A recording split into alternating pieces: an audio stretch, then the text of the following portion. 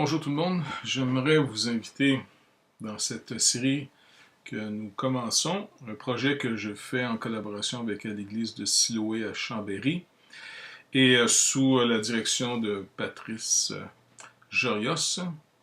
Donc j'aimerais finalement travailler sur ce survol du Nouveau Testament. Beaucoup de gens m'ont demandé comment je peux me retrouver dans ma Bible. On va commencer avec le Nouveau Testament parce que c'est la promesse qui est accomplie.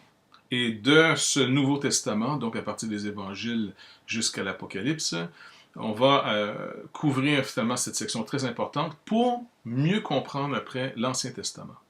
Parce que le Nouveau Testament souvent dévoile ou rend plus lumineux l'Ancien Testament, et c'est sûr que le Nouveau Testament tire toute son origine de l'Ancien Testament. Donc c'est l'un et l'autre. Donc je vous propose quelques ouvrages si vous voulez finalement poursuivre vos études, approfondir un peu plus la matière, parce qu'oubliez pas, ce n'est qu'un survol pour nous mettre finalement en contact avec la matière. Premièrement, je vais faire beaucoup référence à Introduction au Nouveau Testament, qui a été donc travaillé, un ouvrage de Donald Carson et Douglas Moo. Donc, c'est édité chez Excelsis, comme vous pouvez le voir. Excellente passeur, très bonne maison d'édition. Il y a plusieurs autres ouvrages qui vont être mentionnés, mais ça c'est le principal. Naturellement, Bible, je prends Louis II, quelque chose qui est assez classique dans nos églises.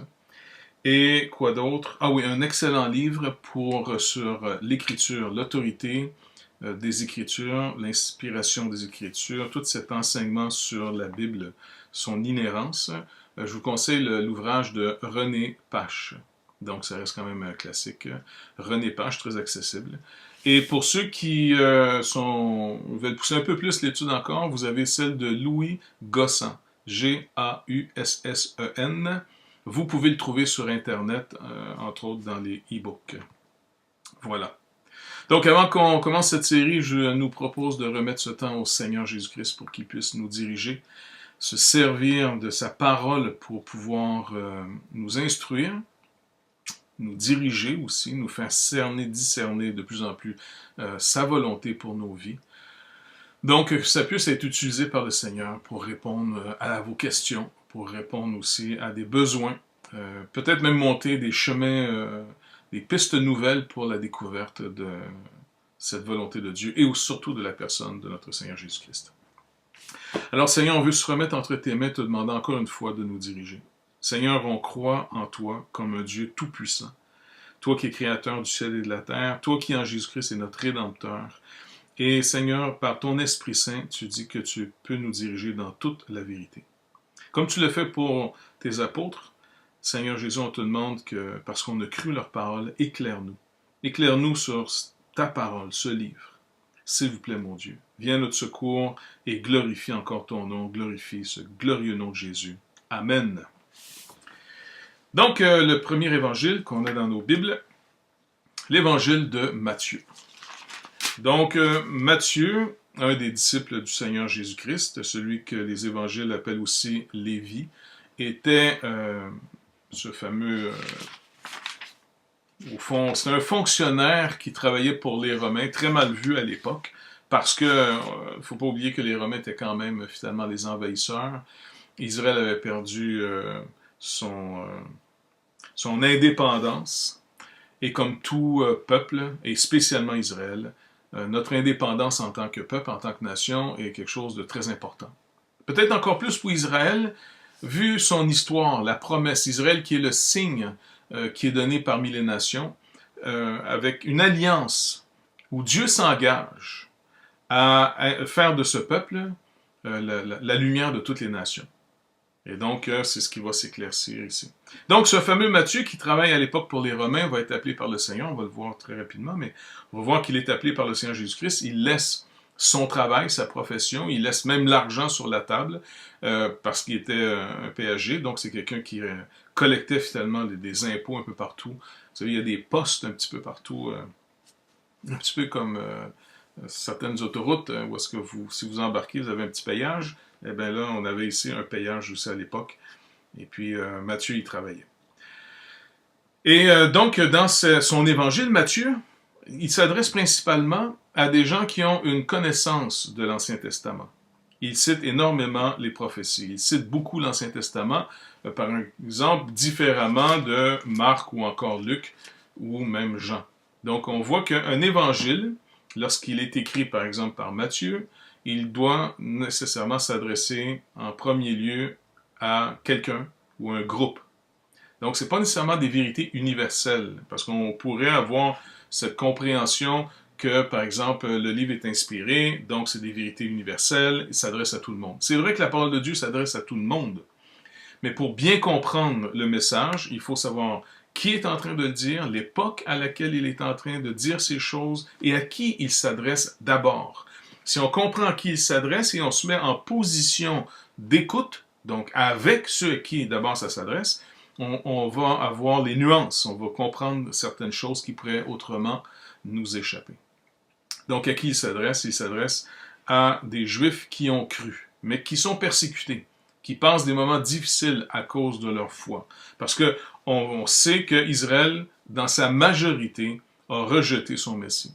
Mais comment fortifier la foi de ces Juifs qui ont cru et qui, à cause de cette foi qu'ils ont mis en Jésus-Christ, qu'ils ont mis dans leur Messie promis, lui qui était l'espérance d'Israël, comme l'apôtre Paul le rappelle, comment les fortifier sinon de leur rappeler les paroles de l'Ancien Testament, leur rappeler aussi une vérité extrêmement importante qui trouble, qui va troubler, jusqu'à aujourd'hui à la limite, les gens qui ont cru en disant mais pourquoi Israël n'a pas cru? Pourquoi la majorité en Israël à qui d'abord ces choses étaient destinées? C'est eux qui avaient les oracles de Dieu, c'est eux qui avaient les alliances, c'est eux qui avaient la circoncision, c'est eux qui avaient les patriarches. Pourquoi eux, en majorité, ont refusé? Et on va voir ici comment Matthieu, ainsi que les autres évangélistes, et Paul vont expliquer cette réalité qui est inévitablement troublante, mais en même temps qui nous rappelle la souveraineté de Dieu. Une parole qui nous est souvent, peut-être on l'oublie, mais une parole que le Seigneur dit, très importante, je fais miséricorde à qui je fais miséricorde, je fais grâce à qui je fais grâce. N'oubliez pas, le salut n'est pas un dû, c'est une offre, c'est un cadeau, c'est une grâce, mais ce n'est pas un dû, ce n'est pas un droit d'être sauvé.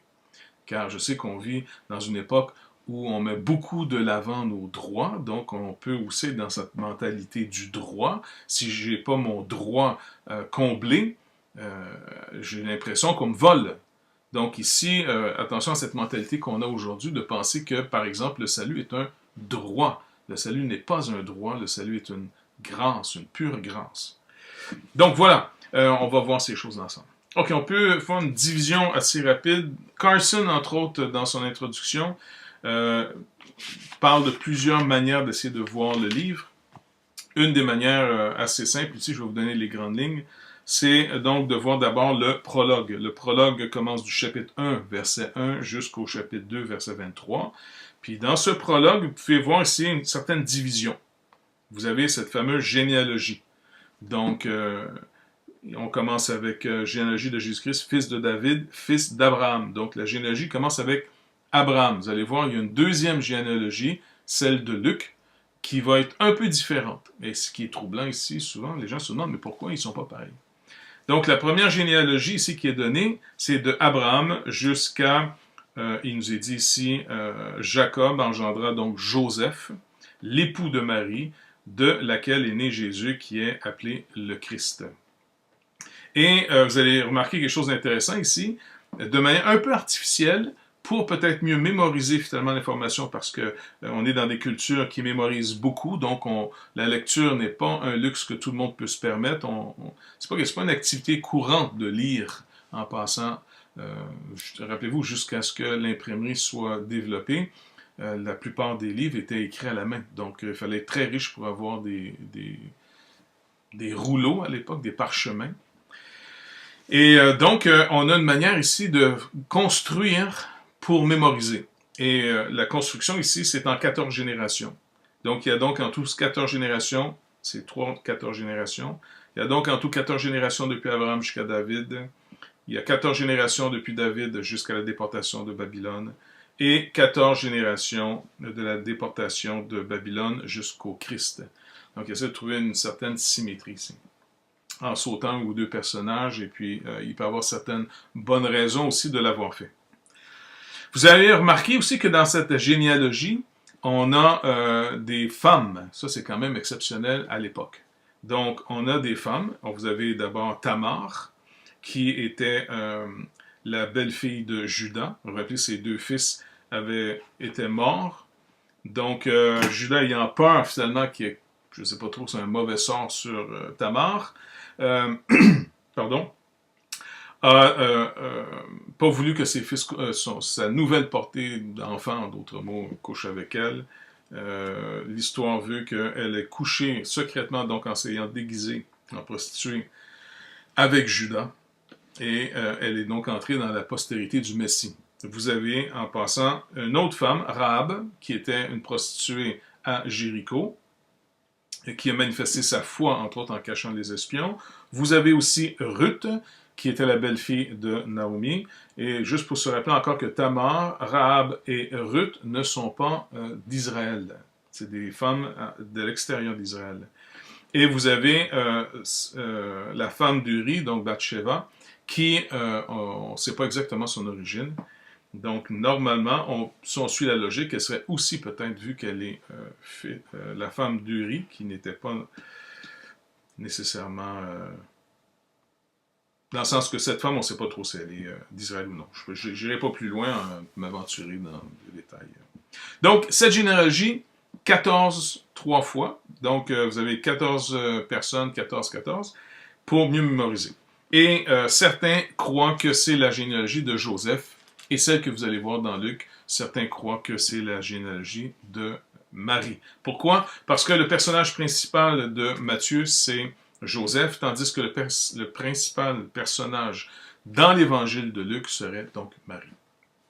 Maintenant, on raconte ici la naissance de Jésus-Christ, de quelle manière c'est arrivé. Marie, donc sa mère, Jésus-Christ, ayant été fiancée à Joseph, vous vous rappelez, un ange est venu, et puis cet ange, elle devient, c'est-à-dire enceinte, c'est vrai, elle devient enceinte finalement par la vertu du Saint-Esprit, ce que Luc va nous expliquer un peu plus en détail avec ce fameux messager divin qui s'appelle Gabriel, qui est venu lui annoncer cette nouvelle.